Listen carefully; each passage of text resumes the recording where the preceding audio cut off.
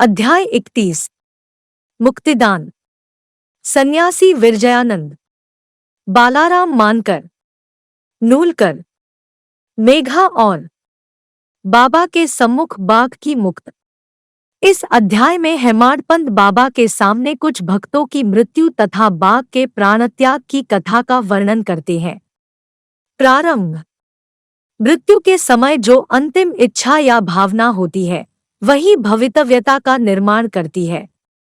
श्री कृष्ण ने गीता अध्याय 8 में कहा है कि जो अपने जीवन के अंतिम क्षण में मुझे स्मरण करता है वह मुझे ही प्राप्त होता है तथा उस समय वह रजो कुछ भी दृश्य देखता है उसी को अंत में पाता है। यह कोई भी निश्चयात्मक रूप से नहीं कह सकता कि उस क्षण हम केवल उत्तम विचार ही कर सकेंगे। जहाँ तक अनुभव में आया है ऐसा प्रतीत होता है कि उस समय अनेक कारणों से भयभीत होने की संभावना अधिक होती है। इसके अनेक कारण हैं। इसलिए मन को इच्छानुसार किसी उत्तम विचार के चिंतन में ही लगाने के लिए नित्याभ्यास अत्यंत आवश्यक है। इस कारण सभी संतों ने हरिस्मरण और जप को ही श्रेष्ठ बताया है ताकि मृत्यु के समय हम किसी घरेलू उलझन में न पड़ जाएं। अतः ऐसे अवसर पर भक्तगण पूर्णतः संतों के शरणागत हो जाते हैं ताकि संत जो कि सर्वज्ञ है उचित पथ प्रदर्शन कर हमारी यथेष्ट सहायता करें।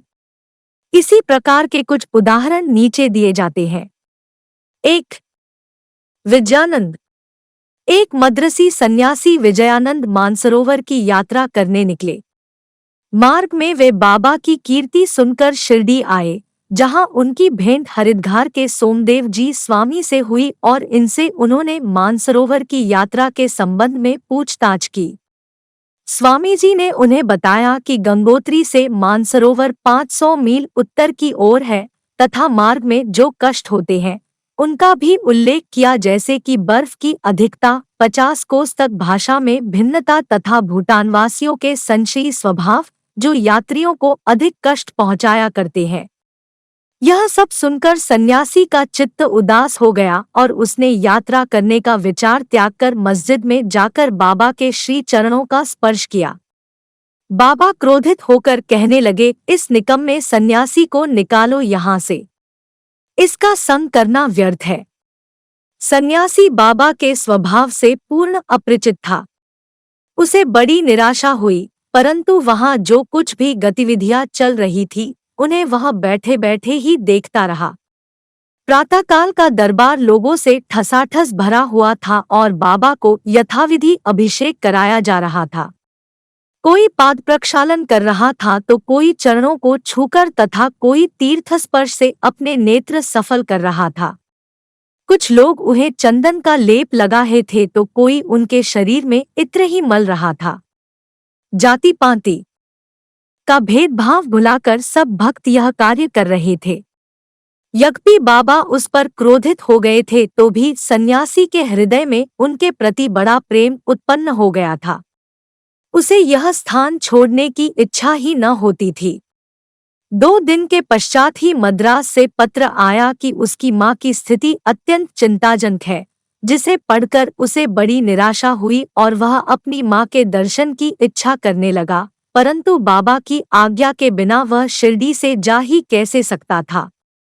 इसलिए वह हाथ में पत्र लेकर उनके समीप गया और उनसे घर लौटने की अनुमति मांगी। त्रिकालदर्शी बाबा को तो सबका भविष्य विदित ही था। उन्होंने कह कि जब तुम्हें अपनी माँ से इतना मोह था तो फिर संन्यास धारण करने का कष्ट ही क्यों उठाया।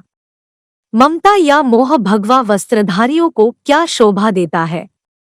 जाओ, चुपचाप अपने स्थान पर रहकर कुछ दिन शांतिपूर्वक बिताओ, परंतु सावधान, वाड़े में चोर अधिक है, इसलिए घार बंद कर सावधानी से रहना, नहीं तो चोर सब कुछ चुराकर ले जाएंगे। लक्ष्मी यानी संपत्ति चंचला है और यह शरीर भी नाशवान है, ऐसा ही समझकर इहलौकिक व पालौकिक समस्त पदार्थों का मोह त्याग कर अपना कर्तव्य करो। जो इस प्रकार का आचरण कर श्रीहरि के शरणागत हो जाता है उसका सब कष्टों से शीघ्र छुटकार हो उसे परमानंद की प्राप्ति हो जाती है। जो परमात्मा का ध्यान व चिंतन प्रेम और भक्ति पूर्वक करता है, परमात्मा भी उसकी अविलंब सहायता करते हैं। पूर्व जन्मों के शुभ संस्कारों के फलस्वरूप ही तुम यहाँ पहुँचे हो और अब जो कुछ मैं कहता हूँ उसे ध्यानपूर्वक सुनो और अपने जीवन के अंतिम ध्येय पर विचार करो। इच्छारहित होकर कल से भागवत का 3 सप्ताह तक पठन पाठन प्रारंभ करो। तब भगवान प्रसन्न होंगे और तुम्हारे सब दुख दूर कर देंगे। माया का आवरण दूर होकर तुम्हें शांति प्राप्त होगी। बाबा ने उसका अंतकाल समीप देखकर उसे यह उपचार बता दिया और साथ ही राम विजय पढ़ने की भी आज्ञा दी, जिससे यमराज अधिक प्रसन्न होते हैं। दूसरे दिन स्नानादि तथा अन्य शुद्धि के कृत्य कर उसने लेंडी बाग के एकांत स्थान में बैठकर भागवत का पाठ आरंभ कर दिया। दूसरी बार का पठन समाप्त होने पर वह बहुत थक गया और वाड़े में आकर 2 दिन ठहरा। तीसरे दिन बड़े बाबा की गोद में उसके प्राण पखेरु उड़े गए। बाबा ने दर्शनों के निमित्त 1 दिन के लिए उसका शरीर संभाल कर रखने के लिए कहा। तत्पश्चात पुलिस आई और यथोचित जांच पड़ताल करने के उपरांत मृत शरीर को उठाने की आज्ञा दे दी। धार्मिक कृत्यों के साथ उसकी उपयुक्त स्थान पर समाधि बना दी गई। बाबा ने इस प्रकार सन्यासी की सहायता कर उसे सद्गति प्रदान की। 2. बालाराम मानकर। बालाराम मानकर नामक एक गृहस्थ बाबा के परम भक्त थे। जब उनकी पत्नी का देहांत हो गया तो वो बड़े निराश हो गए और सब घरबार अपने लड़के को सौंप वे शिरडी में आकर बाबा के पास रहने लगे। उनकी भक्ति देखकर बाबा उनके जीवन की गति परिवर्तित कर देना चाहते थे।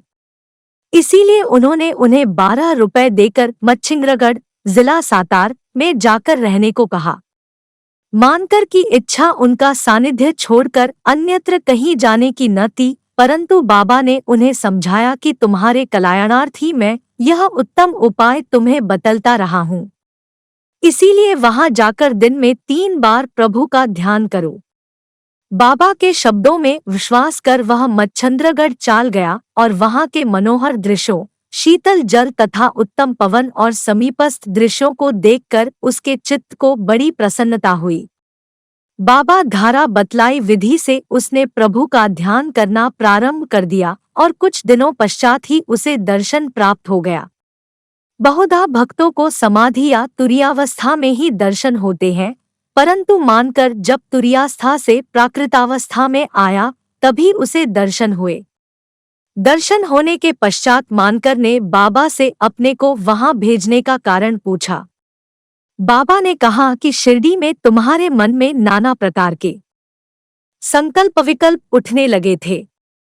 इसी कारण मैंने तुम्हें वहां भेजा कि तुम्हारे चंचल मन को शांति प्राप्त हो। तुम्हारी धारणा थी कि मैं शिरडी में ही विद्यमान हूँ और 3.5 हाथ के इस पंचतत्व के पुतले के अतिरिक्त कुछ नहीं हूँ, परंतु अब तुम मुझे देखकर यह धारणा बना लो कि जो तुम्हारे सामने शिरडी में उपस्थित है और जिसके तुमने दर्शन किए वह दोनों अभिन्न है या नहीं। मानकर वह स्थान छोड़कर अपने निवास स्थान बांद्रा को रवाना हो गया। वह पूना से दादर रेल घारा जाना चाहता था, परंतु जब वह टिकट घर पर पहुंचा तो वहां अधिक भीड़ होने के कारण वह टिकट खरीद न सका। इतने में ही एक देहाती, जिसके कंधे पर एक कंबल पड़ा था तथा शरीर पर केवल एक लंगोटी के अतिरिक्त कुछ न था, वहां आया और मानकर से पूछने लगा कि आप कहाँ जा रहे हैं। मानकर ने उत्तर दिया कि मैं दादर जा रहा हूँ। तब वह कहने लगा कि मेरा यह दादर का टिकट आप ले लीजिए, क्योंकि मुझे यहाँ एक आवश्यक कार्य आ जाने के कारण मेरा जाना आज न हो सकेगा। मानकर को टिकट पाकर बड़ी प्रसन्नता हुई और अपनी जेब से वे पैसे निकालने लगे। इतने में ही टिकट देने वाला आदमी भीड़ में कहीं अदृश्य हो गया। मानकर ने भीड़ में पर्याप्त छानबीन की, परंतु सब व्यर्थ ही हुआ। जब तक गाड़ी नहीं छूटी मानकर उसके लौटने की ही प्रतीक्षा करता रहा, परंतु वह अंत तक न लौटा। इस प्रकार मानकर को इस विचित्र रूप में द्वितीय बार दर्शन हुए। कुछ दिन अपने घर ठहरकर मानकर फिर शिरडी लौट आया और श्रीचरणों में ही अपने दिन व्यतीत करने लगा। अब वह सदैव बाबा के वचनों और आज्ञा का पालन करने लगा। अंततः उस भाग्यशाली ने बाबा के समक्ष ही उनका आशीर्वाद प्राप्त कर अपने प्राण त्यागे। 3. तात्या साहेब नूलकर। हेमाड पंत ने तात्या साहेब नूलकर के संबंध में कोई विवरण नहीं लिखा है। केवल इतना ही लिखा है कि उनका देहांत शिरडी में हुआ था। साईलीला पत्रिका में संक्षिप्त विवरण प्रकाशित हुआ था, रजो नीचे उद्धृत है। सन 1909 में जिस समय तात्या साहेब पंढरपुर में उपन्यायाधीश थे, उसी समय नाना साहेब चांदोरकर भी वहां के मामलतदार थे। ये दोनों आपस में बहुधा मिला करते और प्रेमपूर्वक वार्तालाप किया करते थे। तात्या साहेब संतों में अविश्वास करते थे, जबकि नाना साहेब की संतों के प्रति विशेष श्रद्धा थी। नाना साहेब ने उन्हें साईं बाबा की लीलाएं सुनाई और एक बार शिरडी जाकर बाप का दर्शन लाभ उठाने का आग्रह भी किया। वे 2 शर्तों पर चलने को तैयार हुए। उन्हें ब्राह्मण रसोइया मिलना चाहिए। भेंट के लिए नागपुर से उत्तम संतरे आना चाहिए। शीघ्र ही ये दोनों शर्तें पूर्ण हो गई। नाना साहेब के पास एक ब्राह्मण नौकरी के लिए आया, जिसे उन्होंने तात्या साहेब के पास भिजवा दिया, और एक संतरे का पार्सन भी आया, जिस पर भेजने वाले का कोई पता न लिखा था। उनकी दोनों शर्तें पूरी हो गई थी, इसीलिए अब उन्हें शिरडी जाना ही पड़ा।